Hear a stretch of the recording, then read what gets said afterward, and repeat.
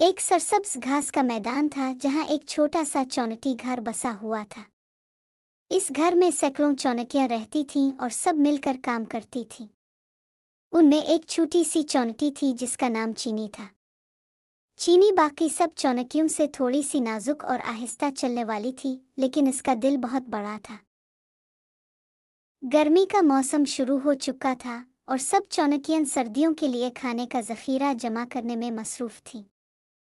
बड़ी चौनकियां एक कतार में चलकर बीज दाने और खुश्क पत्ते ला रही थीं। चीनी भी साथ थी, लेकिन इसके कदम छोटे और सुस्त थे, इसलिए वो कम सामान उठा पाती थी। कुछ चौनकियां इस पर हंस देती थीं, अरे चीनी, तुमसे तो ये बीज भी भारी लगता है, तुम कैसे सर्दी का सामना करोगी? चीनी मुस्करा कर कहती, आहिस्ता आहिस्ता भी मंजिल मिल जाती है, बस हिम्मत होनी चाहिए। एक दिन अचानक आसमान पर बादल छा गए। हवा तेज हो गई और काली घटाएं गरजने लगे। सब चौनकियां जल्दी जल्दी अपने घर की तरफ दौड़ने लगे। चीनी भी भागी, लेकिन रास्ते में इसने देखा कि एक बड़ी चौनटी का लाया हुआ बीज पानी में बहने वाला है। बाकी सब चौनकियां अपने घर पहुंचने की जल्दी में थीं, लेकिन चीनी रुक गई।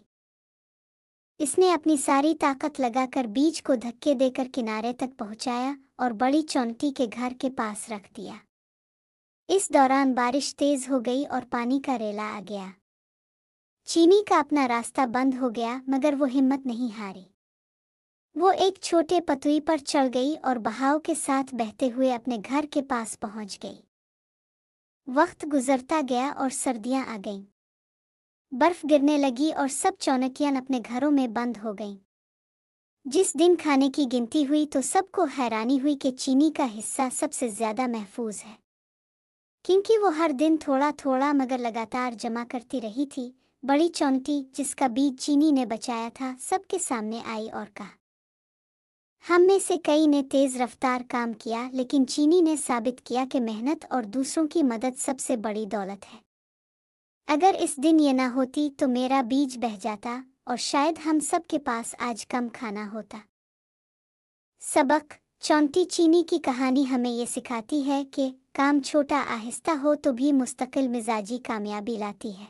दूसरों की मदद करने से अपना नुकसान नहीं होता, बल्कि इज्जत और मोहब्बत बढ़ती है। मेहनत का फल हमेशा वक्त पर मिलता है, चाहे देर हो। और यूं चीनी चौंटी सबकी हीरो बन गई।